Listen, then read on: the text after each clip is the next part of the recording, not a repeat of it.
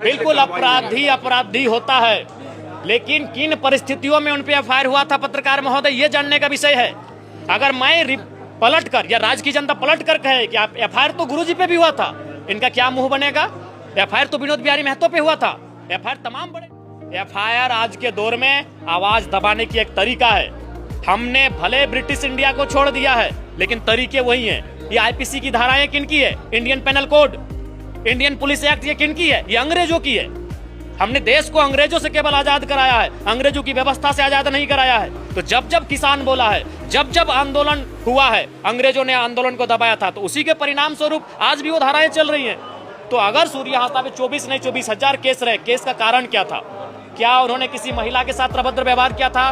क्या उन्होंने किसी किसान के साथ उनकी फसलों को छीनने का काम किया था? या फिर उसने किसी आम व्यक्ति को परेशान किया था? उनका 95% केस, मैंने अध्ययन किया है, तभी मैं आज मुखरता के साथ विधायक होकर के बयान दे रहा हूं, उनका 95% केस कंपनियों के खिलाफ था। और मैं आज भी मानता हूं east India company, British east India company और आज की कंपनी में केवल इतना फर्क हुआ है कि उनको लूट का नाम देते थे, इनको हमने विकास का नाम दिया, इससे ज्यादा कोई फर्क नहीं पड़ा।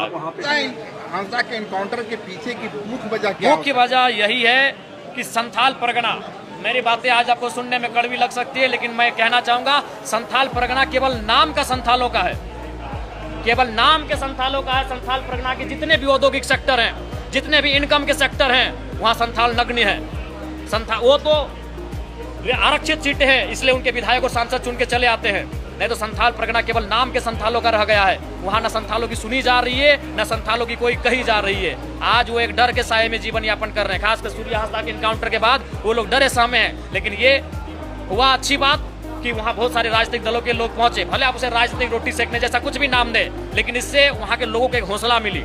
चाहे वो मेरे जाने से हो या मेरे जाने के तुरंत बाद अर्जुन मुंडा के नेतृत्व में जो टीम गई थी उनके जाने से हो, वहां स्थानीय लोगों को संथाल परगना के शोषित वंचितों को हौसला मिला है, ताकि वो भविष्य में फिर अपनी आवाज को मुखरता के साथ उठा पाएंगे। दावा किया जा रहा है कि वहाँ के सारे जो पत्थर कारोबारी हैं, पत्थर सबसे बड़ा चीज है, पत्थर कारोबार। जैसे कोयलांचल में आज से और अभी भी इक्का दुक्का घटना हो जाता है। 70-80 के दशक में जैसे कोयलांचल में सुरेश महतो, शक्तिनाथ महतो, मणिनाथ मंडल, रसिक हांसदा, नेपाल रवानी की हत्या हुई थी, जिस प्रकार हत्याएं की जाती थी, आज उसी प्रकार संथाल परगना में अवैध जो खनन चल रहा है, पत्थर का पूरा पत्थर है, साहेबगंज, पाकुड़, दुमका में पत्थर ही पत्थर है। तो उस कारण से आज जिस प्रकार कोयलांचल में हत्या होती थी, आज संथाल परगना में हो रही है और आगे भी होंगी, ये मैं मीडिया के सामने कहूंगा। तो आगे अगर ना हो तो सरकार को अपना शिकंजा कसने की आवश्यकता है माफिया तंत्र पर।